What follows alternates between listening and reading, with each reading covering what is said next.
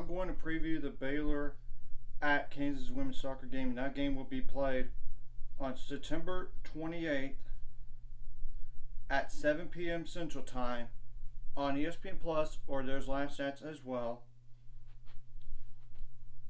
And first things first, Baylor's 0-3 in the conference, but they're 5-5-1 in overall.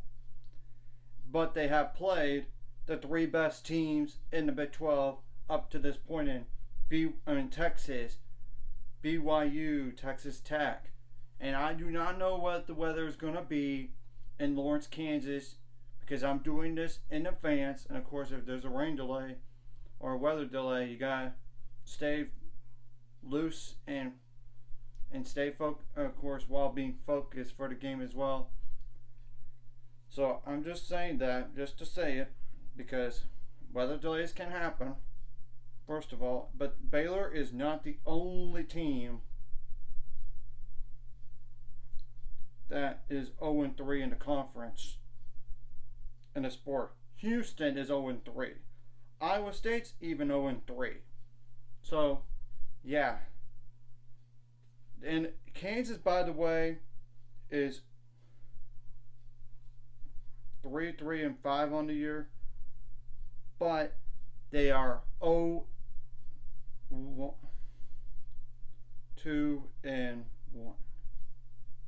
0-2-1 in the Big 12. So they're not that much better in terms of conference record. And their conference tie was against Oklahoma, that in a 2-2 draw, but they lost to Oklahoma State 1-0. They also lost to UCF 1-0. So, and I know they have used a lot of different formations this year,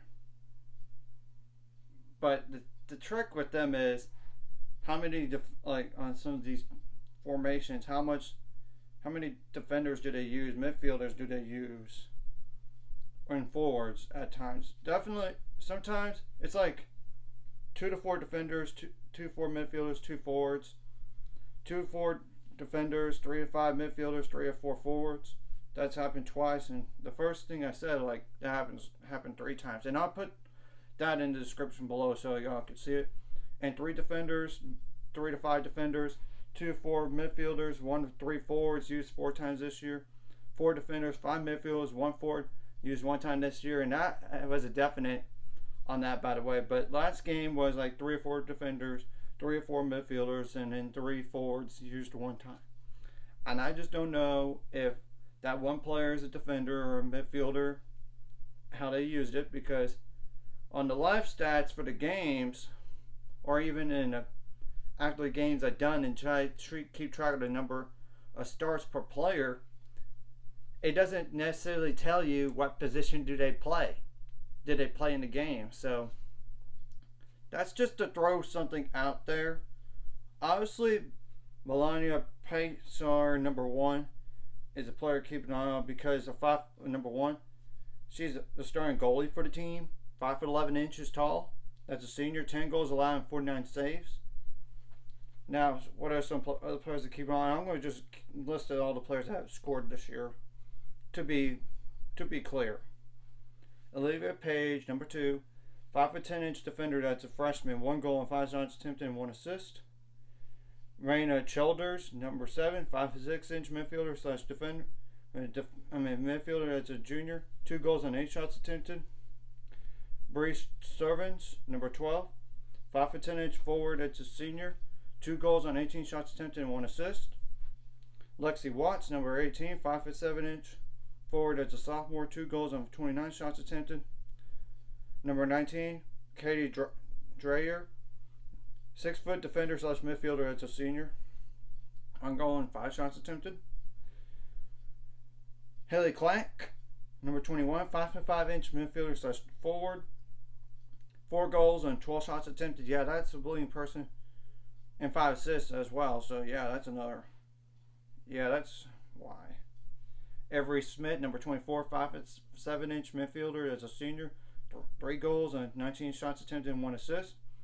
Moria Kelly, number 26, 5'9" defender. That's a senior, 1 goal and 2 shots attempted and 3 assists. And that's and Montoline Diamond, Dymond. Number 6, 5'6", 7-inch mid forward slash midfielder, 2 goals and 9 shots attempted in the nets, and that's it for them. So obviously, what you need to do is better than what he have done in the past 3 games. To be honest, especially that. I'm just saying that as a generality. I mean, in general, and I'm not going to say this is. I'm not going to say this is a pushover game by any means, because it's on the road. But this is certainly a game where it's winnable. Kansas is not as good as Texas, BYU, and Texas Tech. Those 3 teams are the best teams in the conference. I'm not just talking about just rankings either, but I think potentially down the line they finish in the top 3. All 3 of those teams.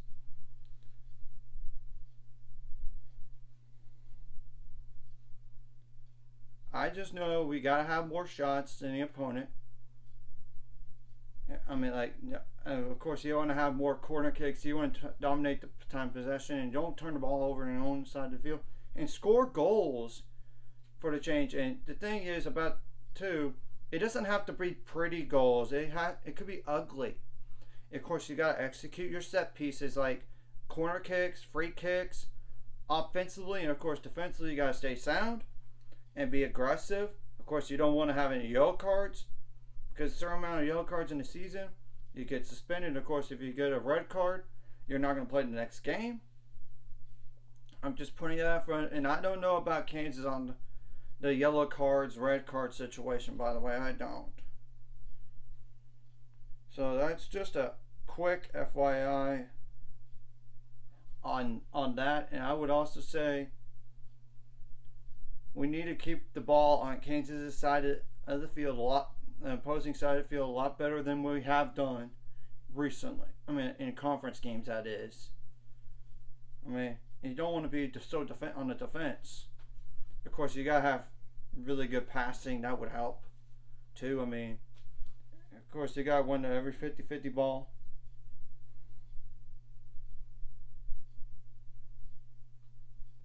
Out there, not just talking. I mean, like on the head on it. I mean, like, in the midfield, like not just with their head, but I mean, when the ball's in the air, going to the midfield or opposite side.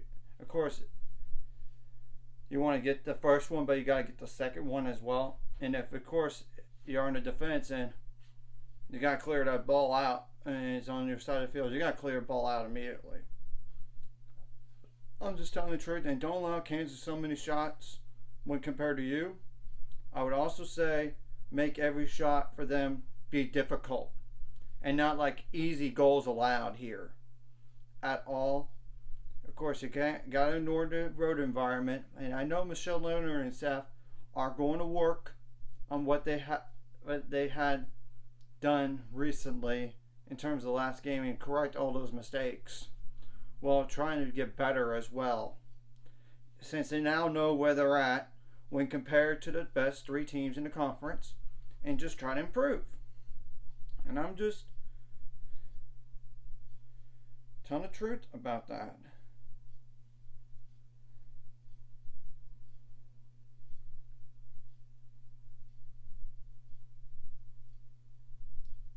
And they lost to Texas Tech last match 2-0.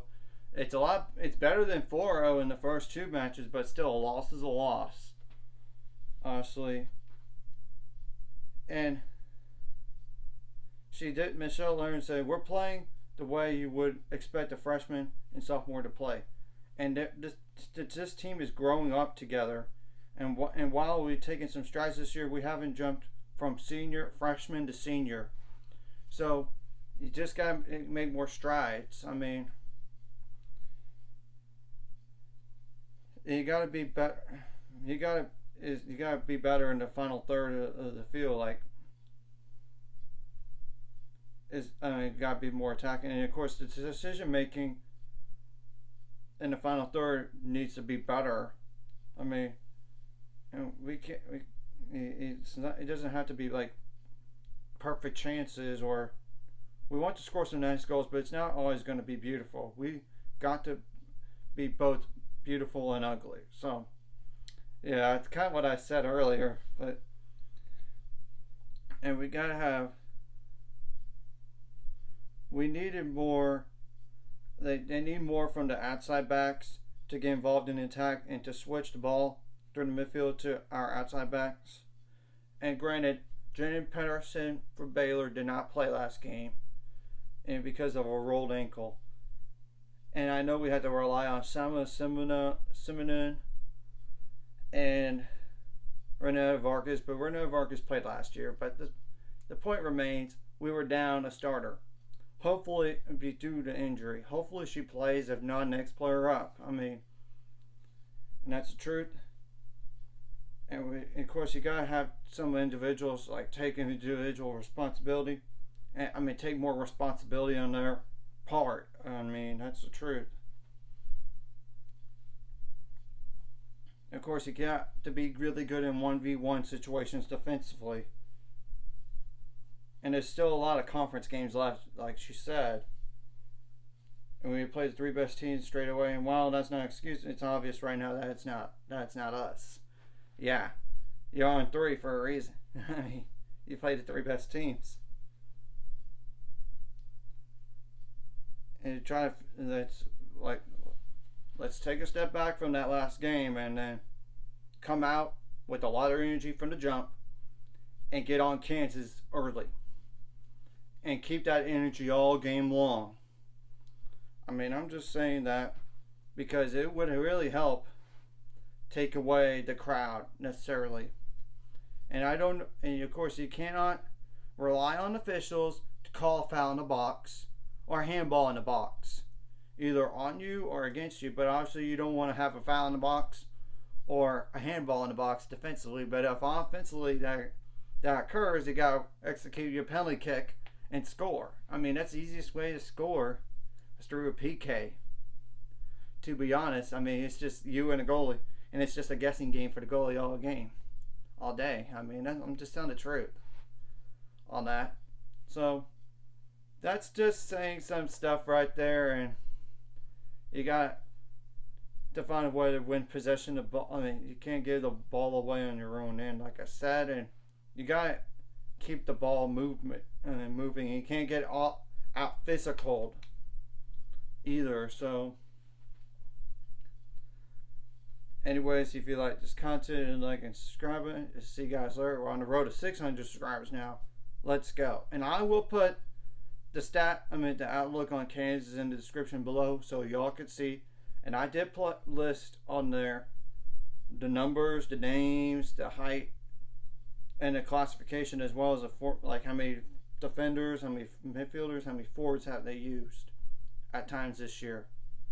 So we'll have to wait and see what formation they use, because they have used a lot all year. So that's all.